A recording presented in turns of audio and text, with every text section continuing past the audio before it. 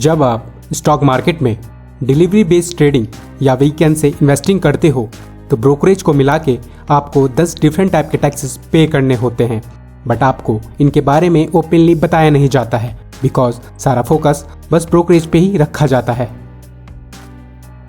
आप सभी को नमस्कारम, मिस्टर स्टॉक सीकर के आज के वीडियो में हम पॉइंट वाइज इन सभी चार्जेस और टैक्सेस के बारे में जानेंगे। ये टैक्सेस कब लगते हैं, कितने लगते हैं एंड कौन कौन हम पे ये डिफरेंट टाइप के टैक्सेस लगाता है, इन सब के बारे में डिटेल में बात करेंगे। So let's start. First of all we know the names of taxes and charges. Number 1 brokerage, number 2 goods and service tax यानी कि GST, number 3 security transaction tax यानी कि STT, number 4 transaction charges, number 5 stamp duty, number 6 SEBI turnover charges, number 7 DP charges, number 8 short term capital gain tax, number 9 long term capital gain tax and number 10 dividend distribution tax. And हाँ, जितने भी taxes और charges लगते हैं वो total amount के ऊपर लगते हैं। Number of shares and share price का इन चार्जेस से कोई लेना देना नहीं है। लेट्स सपोज आप 10,000 रुपये के शेयर्स बाय करते हो तो जो टैक्सेस लगेंगे वो 10,000 रुपये के ऊपर लगेंगे। आपने 10,000 के 200 शेयर्स बाय किए हैं या 1,000, शेयर प्राइस 500 रुपये है या 10 रुपये, इससे टैक्सेस में कोई चेंजेस नहीं आने वाले। सो अब हम इन टैक्सेस को डिटेल में समझते हैं। Number 1 brokerage. हमारा ट्रेडिंग अकाउंट जिस ब्रोकर के पास होता है वो हमारे ऊपर ब्रोकरेज चार्जेस लगाता है। ब्रोकर को कितना ब्रोकरेज सेट करना है इसकी ऑलमोस्ट पूरी अथॉरिटी ब्रोकर के पास ही होती है। Brokerage charges buying and selling दोनों टाइम लगते हैं। इट मीन्स जब आप स्टॉक बाय करते हो तो आपको ब्रोकरेज पे करनी होती है एंड जब आप वो स्टॉक सेल करते हो तो तब भी आपको ब्रोकरेज पे करनी पड़ती है। प्रेजेंट टाइम में मार्केट में 2 टाइप के ब्रोकर्स हैं, full service brokers and discount brokers. Full service brokers usually 0.1% से 0.6% तक ब्रोकरेज चार्ज करते हैं। ये charges broker to broker depend करते हैं कि वो कितने % चार्जेस लगाना चाहते हैं। Discount brokers usually delivery based trading में कोई भी ब्रोकरेज चार्ज नहीं करते हैं।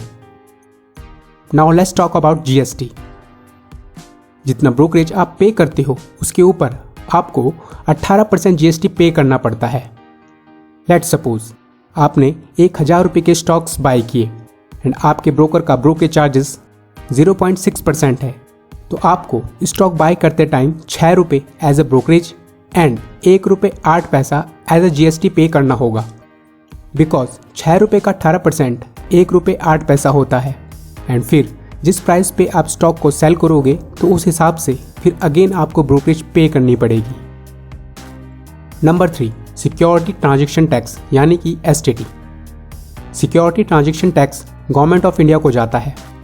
हमें 0.1% as a security transaction tax pay करना होता है and STT stock buying and selling दोनों टाइम पर लगता है।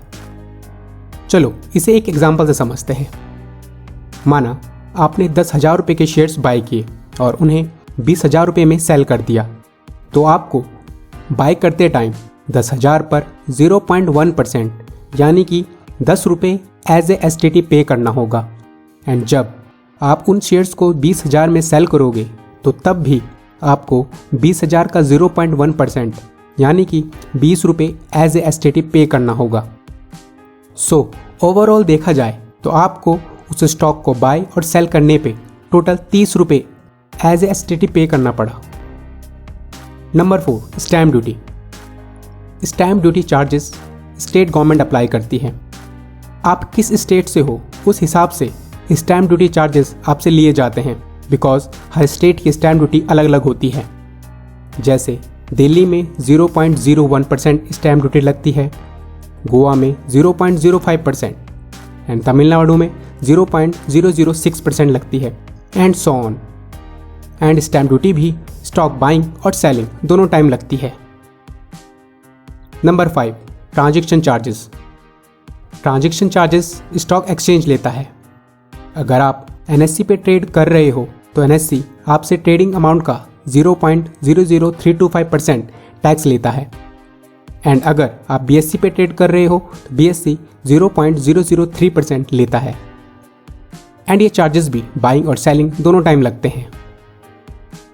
Number 6, SEBI turnover charges. जैसे कि नाम से ही क्लियर है, ये चार्जेस हमसे सेबी लेती है एंड सेबी हमसे ट्रेडिंग अमाउंट का 0.002% चार्ज लेती है। एंड ये चार्जेस भी बाइंग और सेलिंग दोनों टाइम लगते हैं। Number 7, DP charges. DP charges सिर्फ डिलीवरी बेस्ड ट्रेडिंग पे लगते हैं एंड वो भी सिर्फ स्टॉक को सेल करते टाइम।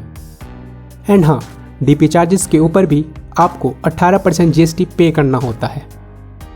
एंड ये टैक्स दो जगह डिवाइड होता है, कुछ हिस्सा जाता है आपके ब्रोकर के पास एंड कुछ जाता है डिपॉजिटरी पार्टिसिपेंट यानी कि CDSL या NSDL के पास। आपके ब्रोकर को चार्जेस CDSL के साथ शेयर करना पड़ेगा या NSDL के साथ, ये इस बात पर डिपेंड करता है कि आपके ब्रोकर का टाइप किस डिपॉजिटरी पार्टिसिपेंट के साथ है। DP चार्जेस का कॉन्सेप्ट थोड़ा सा कॉम्प्लिकेटेड है, इसे हम एक एग्जाम्पल के थ्रू बेटर वे में समझते हैं। लेट्स सपोज आपका अकाउंट जीरोधा में है, तो जीरोधा में आपको 13.5 रुपये as a DP charges pay करना पड़ता है, जिसमें से 5.5 रुपये जीरोधा के पास जाते हैं एंड बाकी का 8 रुपये CDSL के पास जाते हैं, बिकॉज जीरोधा का टाइप CDSL के साथ है। एंड हाँ, इस 13.5 रुपये पर 18% GST भी लगता है, जो कि 2.43 रुपीज़ होता है एंड ये 2.43 रुपीज़ जाते हैं गवर्नमेंट ऑफ इंडिया के पास।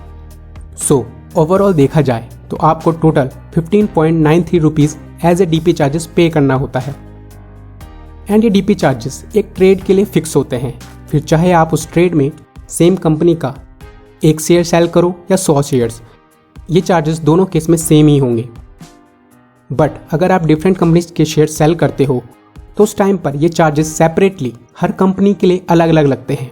आप जितने नंबर ऑफ कंपनीज के शेयर सेल करोगे आपको उतने टाइम्स DP चार्जेस पे करने होंगे। Let's take an example. Let's suppose आपके पास कंपनी A के 100 शेयर्स हैं एंड कंपनी B के 100 शेयर्स हैं। सो अब हम यहाँ पे 3 सिनेरियो को कंसिडर करते हैं। नंबर 1, आपने सिर्फ कंपनी A के 30 शेयर्स सेल किए, तो आपको यहाँ पे सिर्फ एक बार ही DP चार्जेस पे करने होंगे, यानी कि 13.5 रुपये प्लस 18% GST, यानी कि आपको टोटल 15.93 रुपीज़ पे करने होंगे। नंबर 2, आपने पहली बारी में कंपनी A के 40 शेयर्स सेल किए और फिर दोबारा सेम कंपनी के 60 शेयर्स सेल किए। तो इस केस में जब आपने 40 शेयर्स सेल किए थे तब भी आपको DP चार्जेस पे करने होंगे एंड जब 60 शेयर्स सेल किए थे तो तब भी आपको DP चार्जेस पे करने होंगे। नंबर 3, आपने कंपनी A के 40 शेयर्स एंड कंपनी B के 20 शेयर्स एक साथ सेल किए, तो आपको यहाँ पर 2 बार DP चार्जेस पे करने होंगे, यानी कि यहाँ पर आपको टोटल 31.86 रुपीज़ पे करने होंगे। Number 8, short term capital gain tax. अगर आपने शेयर्स बाय किए और उन्हें 1 साल से पहले ही सेल कर दिया और आपको सेल करने के बाद प्रॉफिट हुआ, तो आपको उस profit pay 15% as a short term capital gain tax pay करना होता है। बट अगर आप शेयर्स लॉस में बेचते हो तो आपको short term capital gain tax पे नहीं करना पड़ता है। एंड हाँ, यहाँ पे एक कंडीशन ये भी आती है कि अगर शॉर्ट टर्म प्रॉफिट होने के बाद भी आपका ओवरऑल टोटल इनकम 2.5 लाख से कम ही रहती है, तो तब भी आपको short term capital gain tax पे नहीं करना पड़ेगा। Number 9, long term capital gain tax. अगर आप अपने शेयर्स को 1 साल तक होल्ड करते हो और उसके बाद कभी भी बेचते हो और बेचने के बाद आपको 1 लाख से ज़्यादा का प्रॉफिट होता है, तो आपको अबव 1 लाख जितना भी प्रॉफिट हुआ उस पर 10% as a long term capital gain tax pay करना होगा। Now number 10, dividend distribution tax. ये टैक्स डायरेक्टली नहीं बल्कि इनडायरेक्टली शेयर होल्डर्स पर लगता है। 2021 के बजट के बाद डिविडेंड डिस्ट्रीब्यूशन टैक्स आपकी टैक्स स्लैब के अकॉर्डिंग लगने लगा है। लेट्स सपोज आपकी टोटल इनकम 10 लाख रुपए थी, so according to tax slab आपको 15% टैक्स पे करना था, बट आपको अपने शेयर्स पर 1 लाख का डिविडेंड मिलता है, तो अब आपकी टोटल इनकम हुई 11 लाख रुपए। तो अब आप 20% के टैक्स स्लैब में आ गए हो, तो अब आपको उसके अकॉर्डिंग अपना टैक्स पे करना होगा। मतलब कि डिविडेंड मिलने से पहले आपको 40,000 रुपये एज ए टैक्स पे करना था, बट डिविडेंड मिलने के बाद अब आपको 60,000 रुपये एज ए टैक्स पे करना होगा।